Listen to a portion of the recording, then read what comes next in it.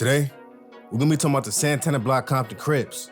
We'll go over history, some crazy stories, and some known headlines about this gang.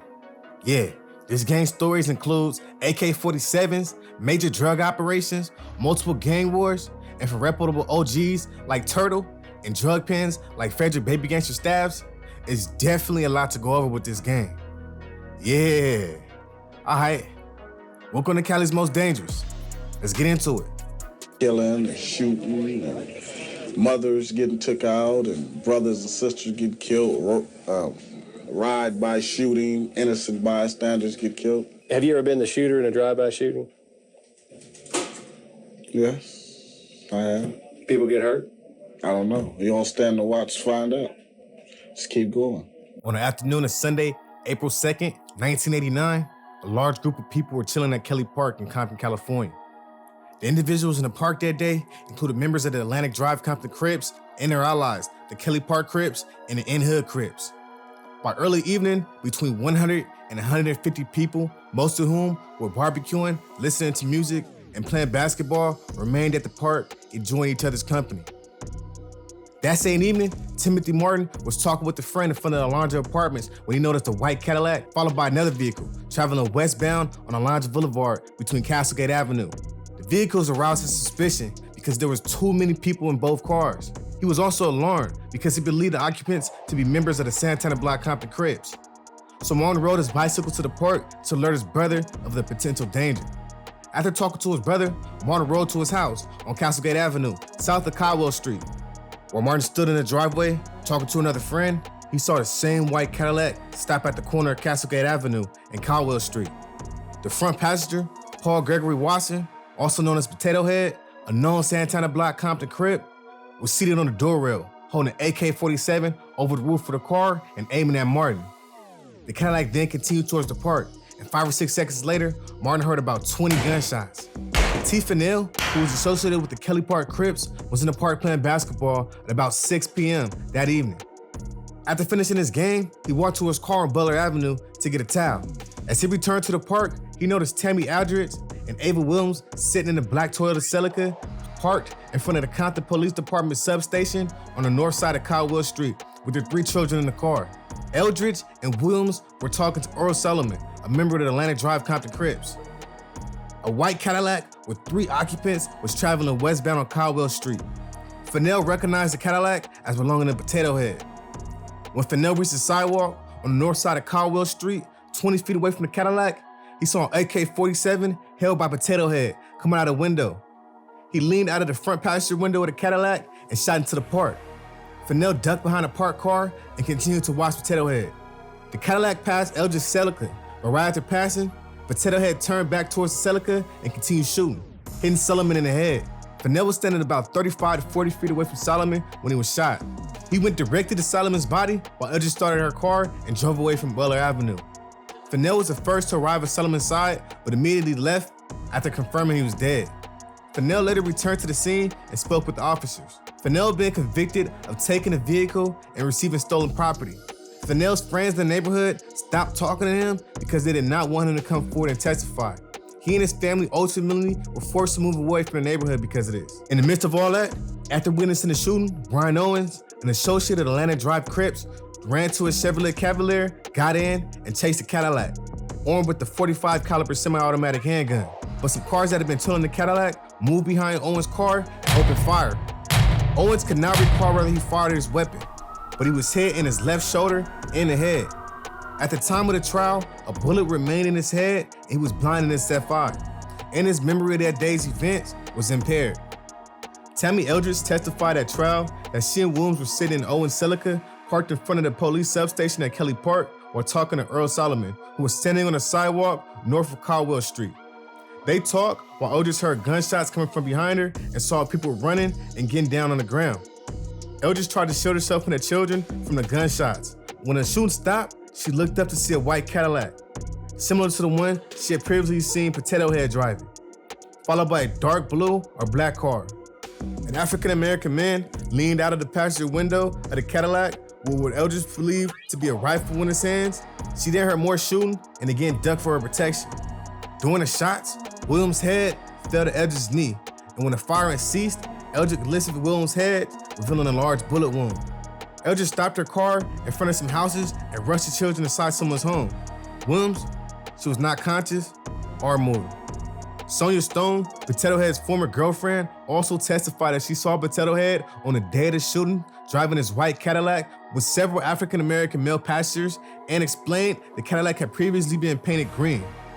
Tony Carrero managed King Auto Painting in Compton, California, and on April 3rd, 1989, he generated a receipt for the painting of the Cadillac.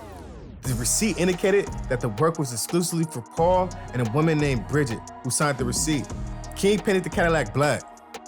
After hearing the news of his warrants, Watson went on the run for a few months. But on August 31st, 1989, Bakersfield police executed a search warrant on a Bakersfield apartment and searched for Potato Head, and he was arrested inside the apartment. Outside, officers also impounded a black Cadillac. Detectives also inspected the black Cadillac, took a paint sample from the vehicle, and discovered 3 layers of paint: green, white, and black. Inside the car, they also located a shell casing.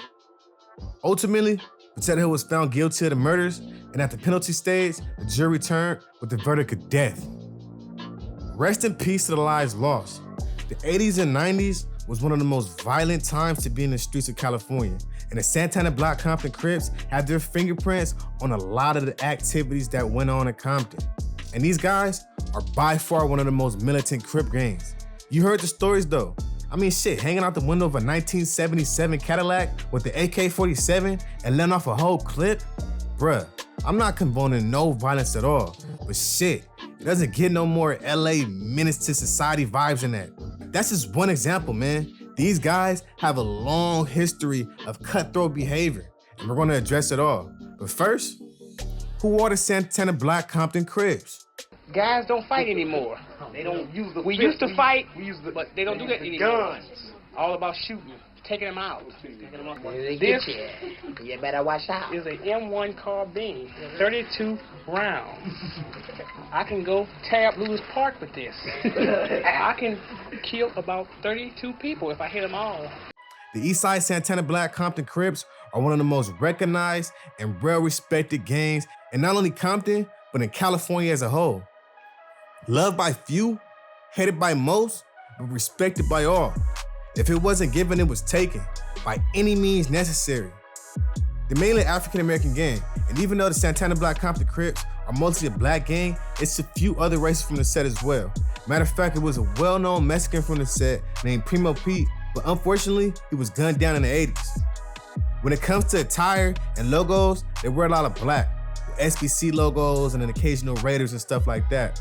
So if you in their streets and you see an SBC approaching aggressively, see your way off their block, or you could be resting in peace. Bars, nigga.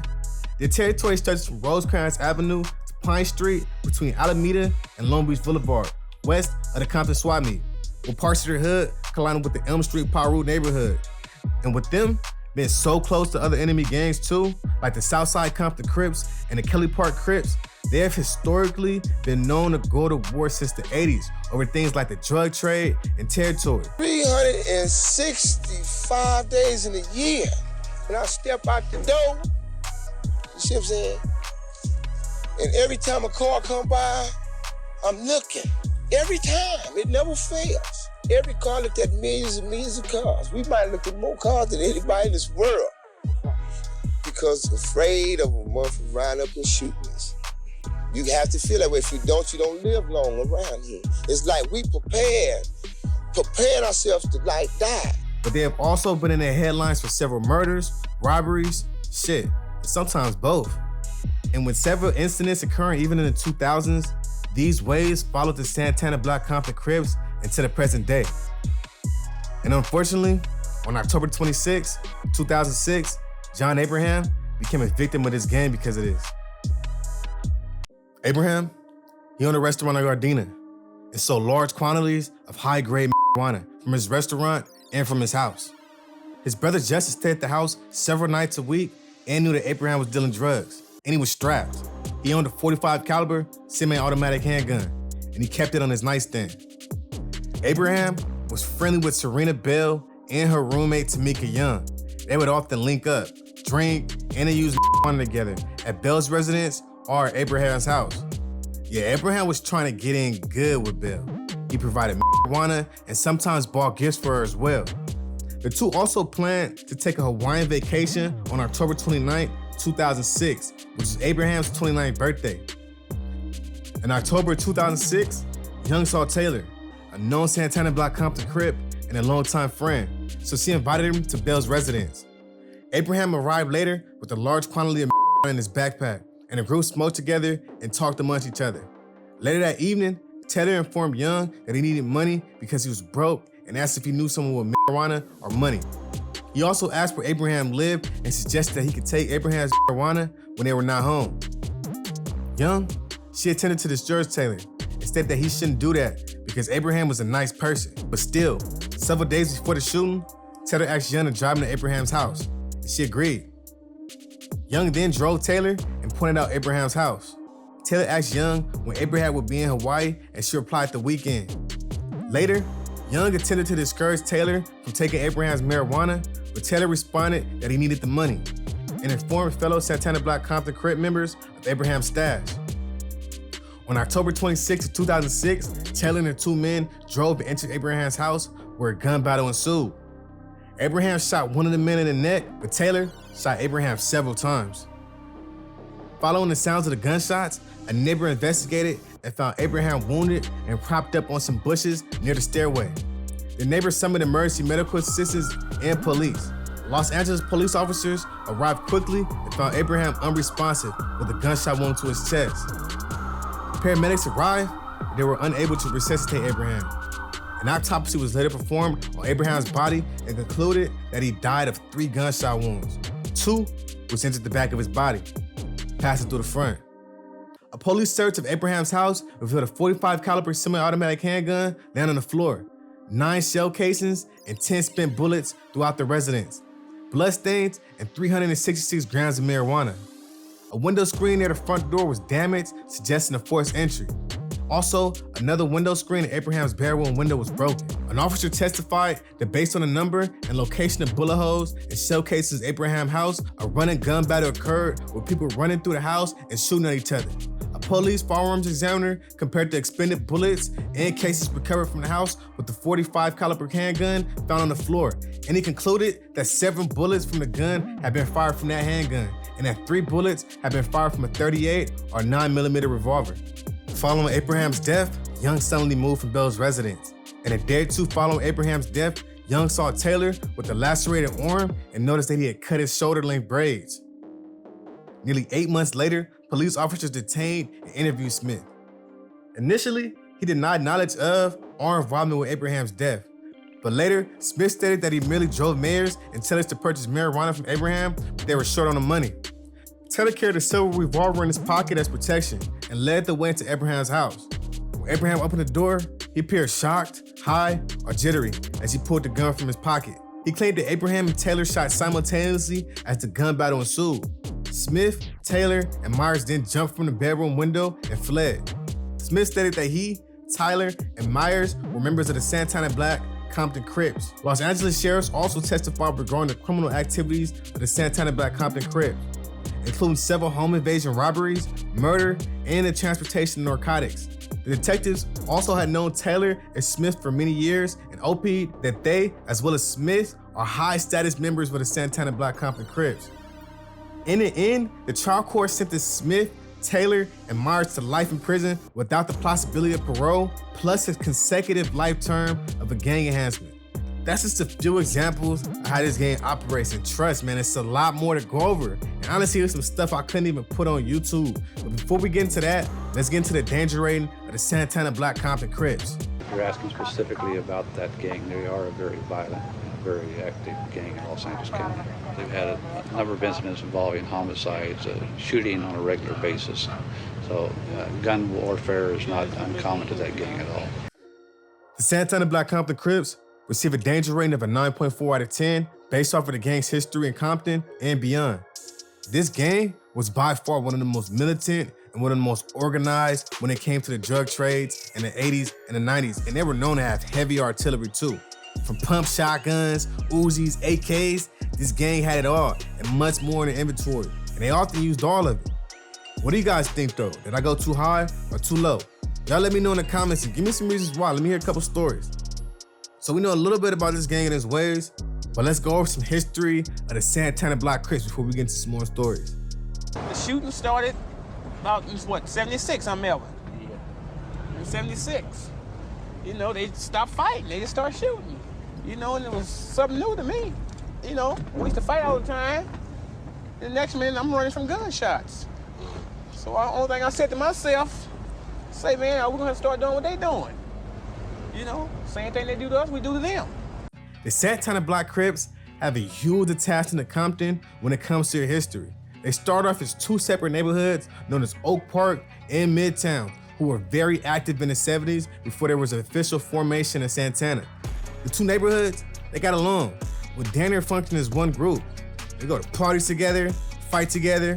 They had families from each side, so the merge was damn near inevitable. And by 1977, the two neighborhoods started to merge, becoming one of the biggest gangs in Compton. It's alleged that the merge was supposed to come together by Kim Tate, also known as Bullet, the original founder of the Santana Blocc Compton Crips. However, Kim Tate was killed by Looters Park Paru in 1978. Bullet's death was the very first for the Santana Blocc Compton Crips. His death became an uprising of a creation he would never get the chance to see. If I die trying was their motto because of him. And that's what they stood on. Because of this, many have been shot in the streets of Compton on the account of Bullet, and the two neighborhoods came together due to the leadership of Kenneth Wayne Johnson, also known as Turtle, who was an Oak Park boy, forming the East Side Santana Blocc Compton Crips. And from early on, they were a force to be reckoned with in the streets. But in the 80s, this gang had national attention on them due to the gang's activities. 18 people are under arrest, and a major drug ring has been busted after a sweep through Compton and Linwood. Officers confiscated an arsenal of weapons, 70 pounds of cocaine, 40 pounds of $250,000 in a fleet of... The 80s ended with hundreds of new factions across the county. And with crap on the market, it was plenty of profits to be made. Everyone owned a high-grade weapon, from Uzis, MAC-10s, shotguns, all that. This heavy artillery was needed though, due to them having a heavy hand in the drug market. This is due to their many members being active in the drug sales. But the OG, who was really pushing pounds of product to help establish the Santanas as a huge factor in the drug trade, was Frederick Staves, also known as Baby Gangster. Baby Gangster had been involved in the gang since the 1970s and had built the Santana Blocc Crips into a business like cocaine distribution wing, receiving cartel drugs from Mexico and sending them around the country. Unlike many gangs back then, this group even had its own money laundering unit, allegedly ran by Baby Gangster's wife. Yeah, Baby Gangster was making moves in the 80s. He was also responsible for helping start the Compton Crip Riders, or the CC Riders, which is basically a brand in prison which featured different Compton Crip gangs. Due to their affiliation with different gangs in the CC Riders umbrella and their constant wars over drug and gang territories, the Santana Blocc Crips have a few rivals and enemies on their list. The rivals include the Atlantic Drive Compton Crips, the Southside Compton Crips, the Park Village Crips, and Paru gangs like Looters Park, Mob, M Street, Cross Atlantic, Lime Hood, Fruittown, Mulberry, Treetop, 151, Cedar Block, and Campanilla Park. They used to beef with the city of Long Beach, but those issues are non-existent today, and several gangs from both cities often function together. Some Mexican gangs they beef with include the Compton Barrio Largo 36, Compton Barrio Tortilla Flats, Compton Barrio 155, and the Compton Barrio 70s. But the Santana Blocc Compton Crips' biggest rivals are definitely gonna be the Southside Compton Crips. Beef with the Southside Compton Crips. This beef goes back to the 1980s, and it started with small fights that grew to shootouts, but then eventually evolved into an all-out war. And unfortunately, these two gangs have been going at it non-stop since. Yeah, the two gangs used to actually be cool with each other. They were allies damn near. The OG Baby Gangster stated that the cause of this was from the usual: money, drugs, females, or a fool getting high and getting disrespectful. He also stated that today, it's really the youngsters that are beefing with each other. Most of the OGs grew up together and still have love and respect for one another. What do y'all think though? Is there any chance that the OGs can come together and help put this rivalry to an end? Me, personally, I think it's a high chance if the OGs don't have any issues especially. It would be dope to see another war end in LA County. But let's have a conversation about it. Y'all let me know in the comments. Prominent figures from the set. Southside Santana. What they call you, man? Call me Reg. Reg? Yeah. You OG Reg? Yeah, Original gangster, huh? Right, that's gang. Kenneth Wayne Johnson, also known as Turtle, was basically the rock of this gang. He was a natural leader, always gave game, and everyone looked up to him. He was basically one of the first OGs of the gang. I don't call myself a leader. I don't like nobody saying I got boys, because I don't like that. You know, but somebody have to do the thinking, you know? And I'm the only one around, don't get high, don't smoke dope or nothing, so I figure I can do the thinking. But in 1989, the Santana Blocc Compton Crips experienced their worst year because upon his release from San Quentin prison, Turtle was ambushed and killed in a very unsecure area of Linwood. Rumor has it there was law enforcement, and there's been a few rumors that this was also gang-related in Turtle's assassination. But y'all let me know in the comments to confirm either side. Either way, man, rest in peace to Turtle, man, rest in peace. Also, Staves, our baby Gangster, is a Compton legend in his own right. He came up in the game, learned the rope, and paid his dues in the streets before getting knocked off by the feds. Other OGs include Killer Wayne, Yogi, and Baby Rob. I also came across a list of OGs who are no longer with us, so rest in peace to them. A few of them include Bilal Hanson Jr., also known as Biko, who was fatally shot in Compton, California on February 6, 2005. Kim Tate, also known as Bullet, who was fatally shot by Parky from Looters Park. Y'all let me know in the comments about anybody else who's resting in peace, man. Let their names live on, let their names live on. Also, let me know about any OGs as well, man. Any cool stories from them, let me know in the comments. It's also some rappers that have put in work for the set as well. Mills is a rapper from the set.